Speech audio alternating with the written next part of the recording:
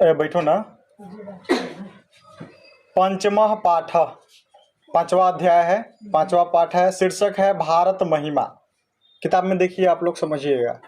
भारत महिमा, इसमें भारत के महिमा के बारे में बताया गया है, भारत का गुणगान किया गया है। लिखता है, अस्माकं देशः भारतवर्षम इति कथ्यते। हमारा देश, अस्माकं हमारा देशः यानी कि देश, भारतवर्षम इति कथ्यते भारतवर्ष कहलाता है। हमारा देश भारतवर्ष कहलाता है। अस्य महिमा सर्वत्र गीयते, अस्य इसकी महिमा सर्वत्र यानी कि हर जगह, गीयते यानी कि गाई जाती है। इसकी महिमा हर जगह गाई जाती है। किसकी महिमा? भारतवर्ष की। पाठेऽस्मिन् विष्णु पुराणात् भागवत पुराणात् च प्रथमं द्वितीयं च क्रमशः पद्यं गृहीतम् अस्ति। पाठेऽस्मिन्, इस पाठ में, विष्णु पुराणात्, विष्णु पुराण से, भागवत पुराणात् च और भागवत पुराण से, प्रथमम द्वितीयम च पहला और दूसरा, क्रमशः पद्यम गृहीतम अस्ति, गृहीतम अस्ति यानी कि गृहीत है, लिया गया है। तो इस पाठ में विष्णु पुराण और भागवत पुराण से प्रथम और दूसरा क्रमशः पद लिया गया है।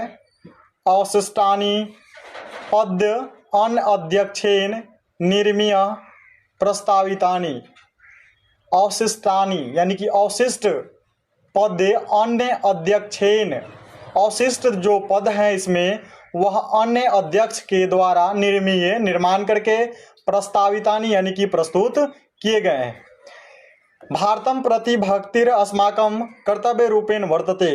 भारतम प्रति भक्ति अस्माकम, यहाँ पे विच्छेद करेंगे, भक्ति अस्माकम, भारत के प्रति अस्माकम भक्ति यानी कि हमारा भक्ति, कर्तव्य रूपेण वर्तते, कर्तव्य के रूप में है। भारत के प्रति भक्ति हमारी कर्तव्य के रूप में है और होना भी चाहिए। ठीक है, जिस देश में है उस देश के लिए तन मन धन से सेवा करना चाहिए। तो इसमें ऊपर लिखा कि जो पद है विष्णु पुराणात और भागवत पुराणात, यानी कि विष्णु पुराण और भागवत पुराण से लिया गया है। पौराणिकी पद है जो पुराण से लिया गया है, यहाँ पे दिए हुए है पौराणिकी ना। लिखता है, गायन्ति देवाः किल गीतिकानि धन्यास्तु ते भारत भूमि भागे, स्वर्गा अपवर्गा अस्पद मार्ग भूते भवन्ति भूयः पुरुषासुरत्वात्। लिखा, गायन्ति देवाः किल गीतिकानि, गायन्ति यानी कि गाते हैं, देवाः यानी कि देवतागण, किल निश्चय ही, गीतकानि यानी कि गीतों को, देवतागण निश्चय ही गीतों को गाते हैं। धन्यास्तु ते भारत भूमि भागे, धन्यास्तु ते भारत भूमि भागे, भारत की भूमि क्या है? धन है। स्वर्गा अपवर्गा अस्पद मार्ग भूते भवन्ति भूयः पुरुषासुरत्वात्। यह स्वर्ग से भी सुंदर है, भवन्ति भूयः पुरुषासुरत्वात्, स्वर्ग से भी सुंदर है यह धरती, और वे पुरुष जो इस भूमि पर जन्म लिए हैं वह देवतुल्य है। सूर्य का अर्थ होता है देव, देव समान है। तो इसका अर्थ हो गया कि गायन्ति देवाः किल गीतिकानि, देवतागण निश्चय ही गीतों को गाते हैं। धन्यास्तु ते भारत भूमि भागे, भागे यह भारत की भूमि जो है धन्य है।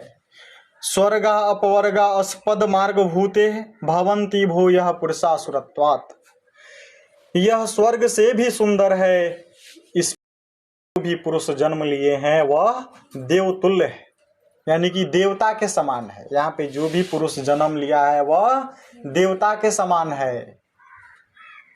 हम लोग देवता हुए। आगे दानव नहीं, पौराणिकी जो पद है इसी में दो पद है वही। एक कहता है तो इसका अर्थ समझ गए ना? जी सर। लिखना होगा तो लिख दीजिएगा कि देवतागण निश्चय ही गीतों को गाते हैं कि ये भारत की भूमि क्या है, धन है, यह स्वर्ग से भी सुंदर है। यहाँ जो भी पुरुष जन्म लिए हैं या फिर हैं वह देवतुल्य है, अर्थात देवता के समान है। चंदन अगला लिखता है, अहो अमीसाम किमकारी शोभनम प्रसन्न एसाम यस्विदुत स्वयं हरि यह जन्म लब्धम निशु भारता जीरे मुकुंद स्वैपैकम अस्पृहाहीन। अहो अमीसाम किमकारी शोभनम प्रसन्नम एसाम यस्विदुत स्वयं हरि यह जन्म लब्धम निशु भारता जीरे मुकुंद स्वैपैकम अस्पृहाहीन।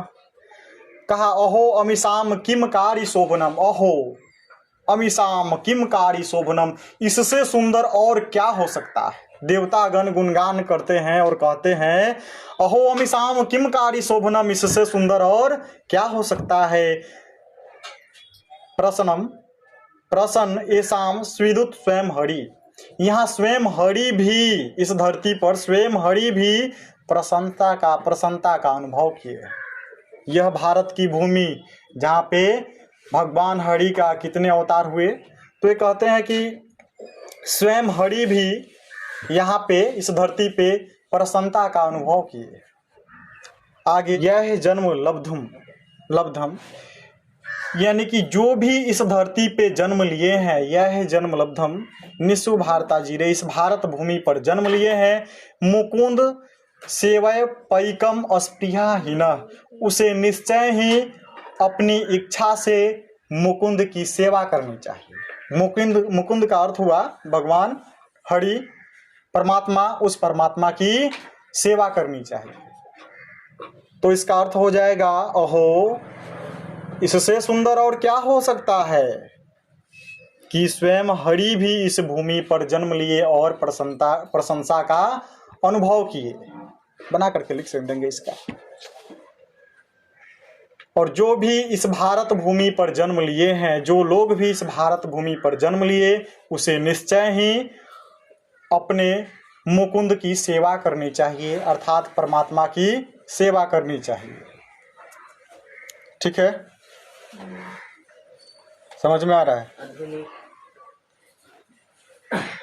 रिपीट कर देंगे। और आधुनिकी पद में, आधुनिक में हमारा जो भारतवर्ष है इसका गुणगान हुआ है, लिखे हैं अनध्यक्ष भी लिखे हैं। क्या लिखे हैं? इयम निर्मला वत्सला मातृभूमि प्रसिद्धम सदा भारतम वर्षमेतत् विभिन्नाः जना धर्म जाति प्रभेदै रिहक्तो भावम वहंतो वसन्ति। इयम निर्मला लिखा यहाँ पे, इयम निर्मला, यह इयम का अर्थ यह, निर्मला यानी कि निर्मल, स्वच्छ, मल रहित।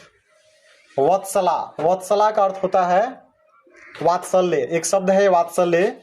वात्सल्य का अर्थ होता है एक प्रकार का प्यार है वात्सल्य, जो प्यार अपनी माँ और संतान के बीच में जो प्यार होता है उसी को वात्सल्य कहते हैं। मातृभूमि यानी कि समझ रहे हैं मातृभूमि। इयम निर्मला वत्सला मातृभूमि, इयम मातृभूमि, यह जो मातृभूमि है हमारा भारत माता निर्मल है, निर्मला निर्मल है, स्वच्छ है, मल रहित है, स्वच्छ है। वत्सला है, वात्सल्य प्रदान करने वाली है। जिस प्रकार हम अपनी माँ से प्रेम प्राप्त करते हैं, प्रेम मिलता है, प्यार मिलता है, उसी प्रकार यह भारत माता की धरती भी हमें प्रेम करती है, प्रेम देती है, प्यार देती है। प्रसिद्धम सदा भारतम वर्षमेतत्, प्रसिद्धम सदा भारतम वर्षमेतत्, और इसके लिए प्रसिद्ध, सदा का मतलब हमेशा, भारतवर्षम, भारतवर्ष हमेशा इसके लिए क्या है? प्रसिद्ध है। विभिन्नाः जना धर्म जाति प्रभेदै, विभिन्नाः यानी कि भिन्न भिन्न, जना यानी कि लोग, भिन्न भिन्न लोगों में धर्म जाति प्रभेदै यानी कि धर्म जाति प्रभेदै यानी कि धर्म और जाति के भेदभाव किए बिना भिन्न भिन्न लोगों में भिन्न भिन्न जाति और धर्म के लोग रिहक्तो भावम वहंतो वसंती, यहाँ एकता की भाव में, एकता की तार में एक साथ वहंतो वसंती निवास करते हैं, रहते हैं।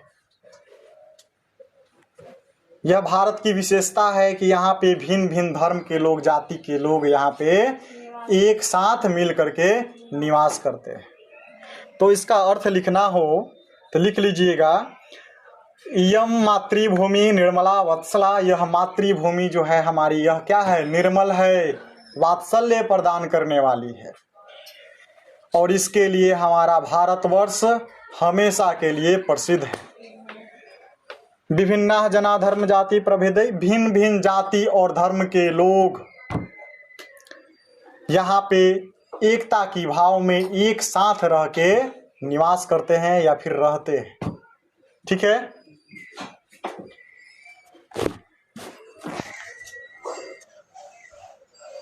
बस 2 पद और है ना, कहाँ जाते बड़ा। अगला लिखा,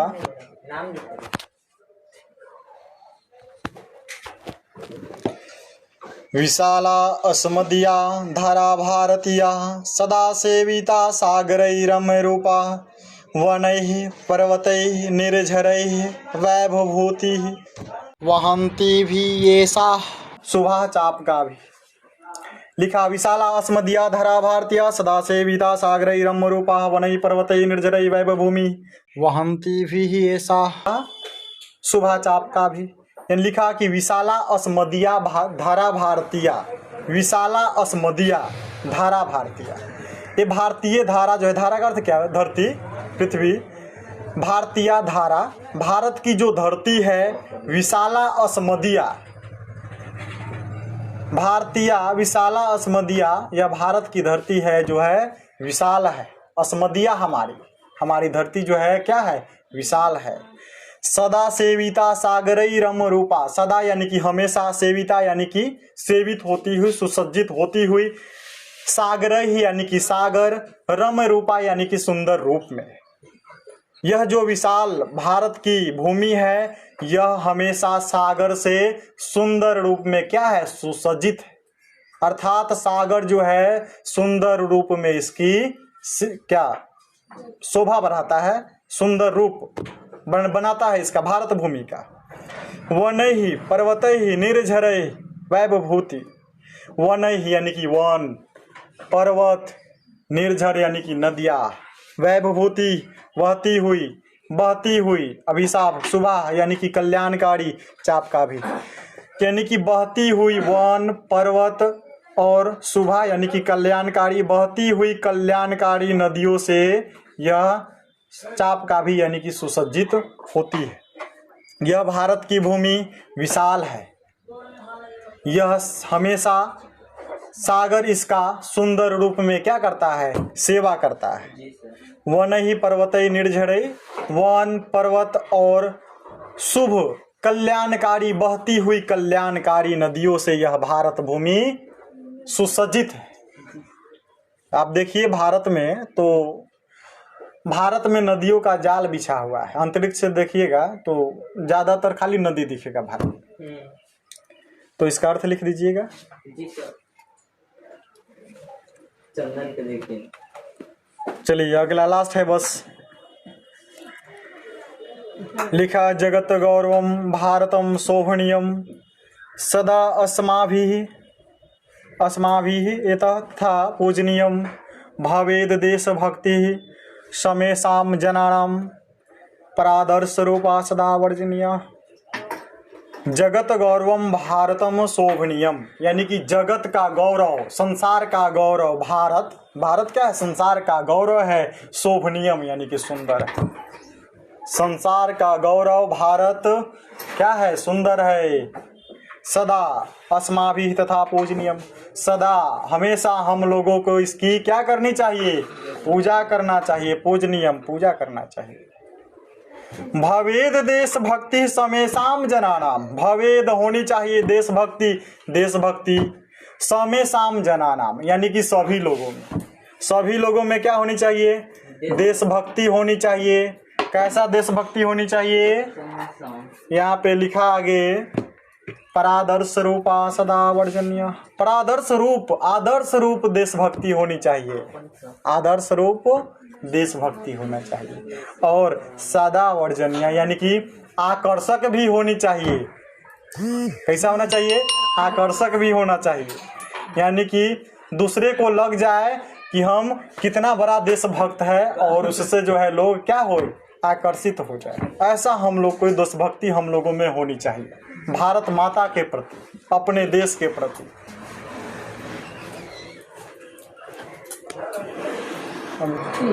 कल ठीक है, तो इसका अर्थ लिखना हो तो क्या लिखिएगा? जगत का गौरव, संसार का गौरव भारत सुंदर है, शोभनीय, अत्यंत ही सुंदर है। सदा हम लोगों की इसकी क्या करना चाहिए? पूजा करना चाहिए। भवेद देशभक्ति समेशाम जनानाम, सभी लोगों में देशभक्ति होनी चाहिए। कैसा देशभक्ति? आदर्श देशभक्ति। सभी लोगों में आदर्श और आकर्षक देशभक्ति होनी चाहिए। इसका अर्थ लिख दीजिएगा। इसका ऑब्जेक्टिव देखिए, एक भी ऑब्जेक्टिव आपका छूटेगा नहीं। अभी देखते हैं, ऑब्जेक्टिव देखेंगे। चलिए लाइए तो गेस्ट पेपर।